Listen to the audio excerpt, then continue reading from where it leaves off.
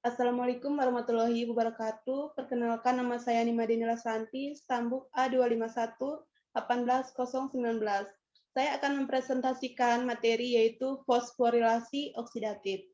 Baik, langsung saja. Yang pertama yaitu pengertian dari fosforilasi oksidatif. Nah, fosforilasi oksidatif itu adalah deretan reaksi redoks yang melibatkan berbagai kompleks protein yang terikat pada membran sebelah dalam dari mitokondria. Jadi, fosforilasi oksidatif ini terjadi di dalam mitokondria. Nah, elektron dari ekuivalen reduksi yaitu NADH dan FADH dipindahkan dengan tujuan akhir ke molekul O2 melalui sejumlah gugus pembawa elektron yang terikat pada kompleks protein atau koenzim.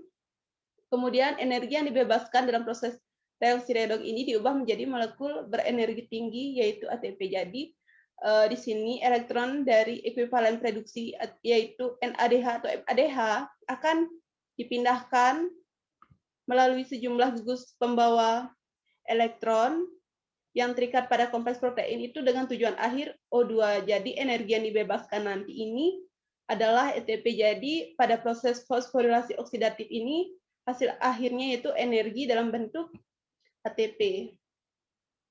Baik, jadi selanjutnya fosforilasi oksidatif juga disebut dengan rantai transfer elektron karena dalam proses ini melibatkan transfer elektron.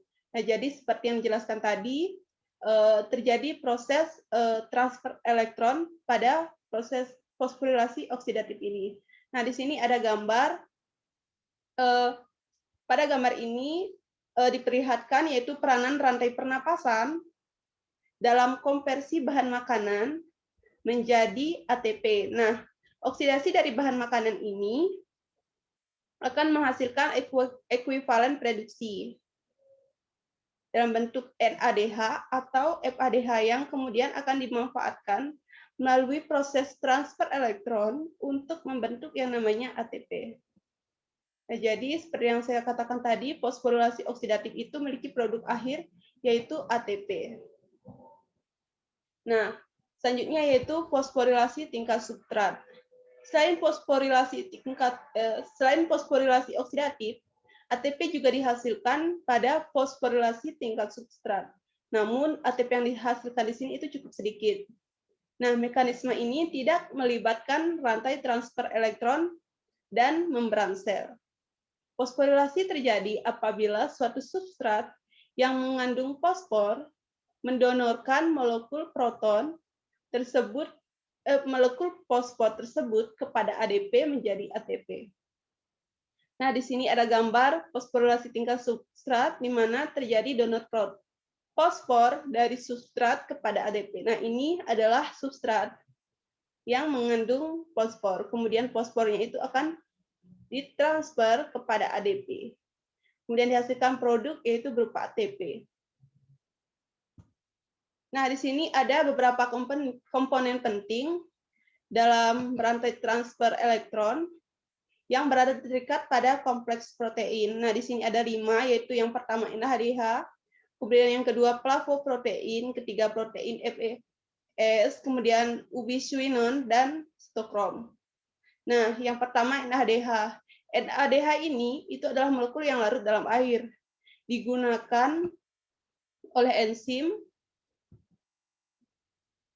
dehidrogenase, kemudian niacin ini adalah prekursor dari NAD+ dan NADH.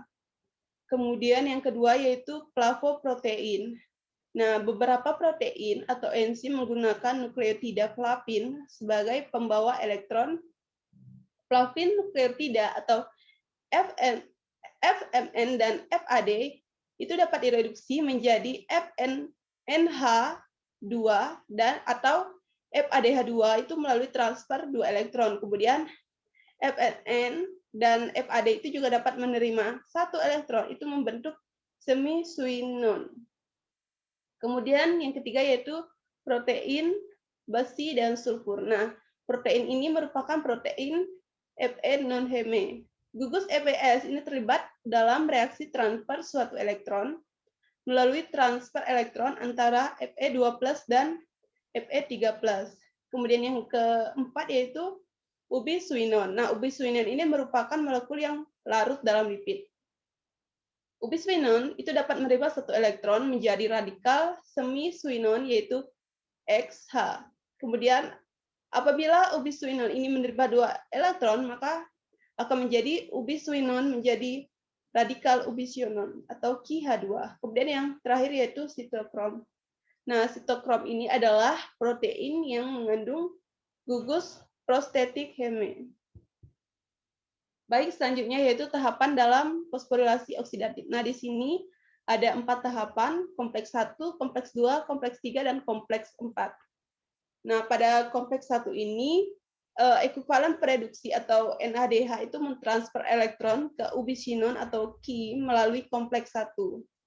Nah, kompleks 1 ini disebut juga dengan NADH ubiswinon, oksidoredutase atau NADH dehidrogenase.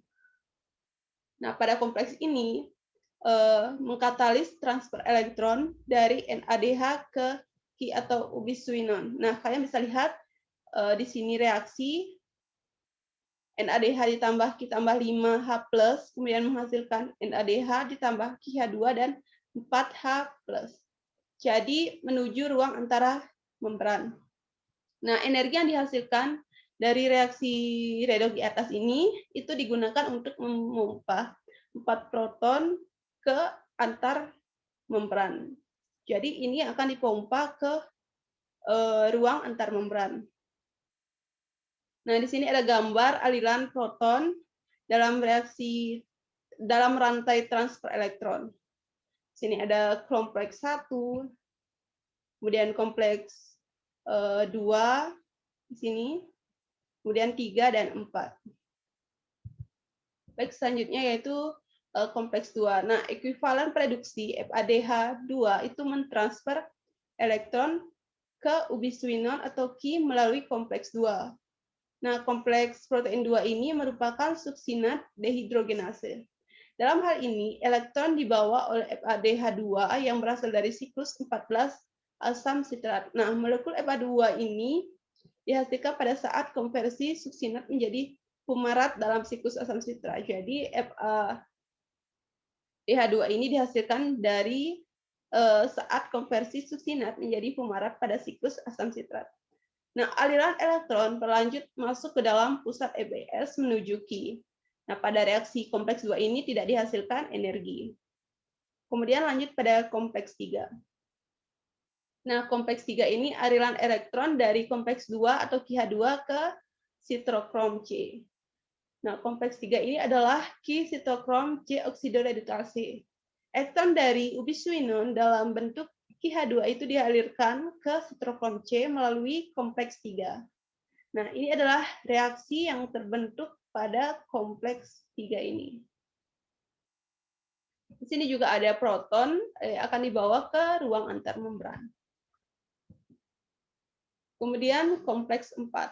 Nah, molekul oksigen ini direduksi menjadi air melalui kompleks 4. Nah, jadi pada kompleks 4 ini terjadi reduksi oksigen menjadi H2O atau air. Sitokrom C dalam keadaan tereduksi akan dioksidasi oleh kompleks 4 sitokrom C oksidase. Secara bersamaan, molekul oksigen atau O2 direduksi menjadi 2 molekul air. Nah, gugus protestik dalam kompleks 4 ini adalah CUA atau CUA, Heme A, dan Heme A3 Cup. Nah, ini adalah reaksi pada kompleks 4, di mana akan dihasilkan H2O dan proton. Nah, kemudian pada tahapan ini ada nilai potensial reduksi, kemudian juga ada energi bebas.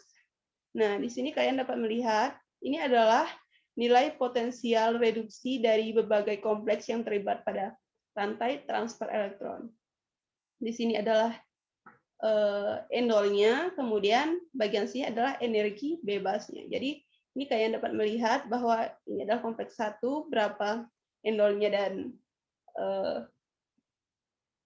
energi bebasnya, kemudian ini kompleks 2 dan 3, kemudian yang ini adalah kompleks 4. Baik, yang selanjutnya yaitu teori kimia osmotik. Jadi pada transfer elektron ini terdapat teori yang dicetuskan oleh Peter Missel disebut dengan teori kimia osmotik. Nah, pada teori ini dijelaskan bahwa transfer elektron dalam rantai pernapasan itu mengakibatkan gradien proton yang kemudian mendorong sintesis ATP. Nah, aliran elektron dalam rantai pernapasan mendorong terbentuknya ATP melalui proses fosforilasi oksidatif. Nah, penumpukan proton di satu sisi itu mengakibatkan gradien potensial elektrokimia yang menghasilkan energi potensial disebut dengan proton motive force. Jadi, osmosis proton kembali menembus membran menuju matriks, kemudian dilakukan melalui molekul protein yang disebut dengan ATP sintase. Jadi, ATP sintase itu adalah molekul protein yang 18 tertanam pada membran sebelah dalam mitokondria dan berperan sebagai motor dalam pembentukan ATP.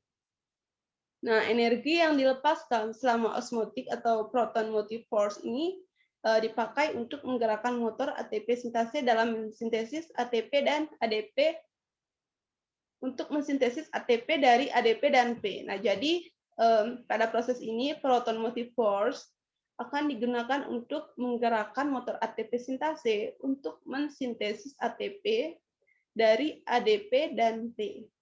Ini kalian dapat melihat gambar dari teori kimia osmotik.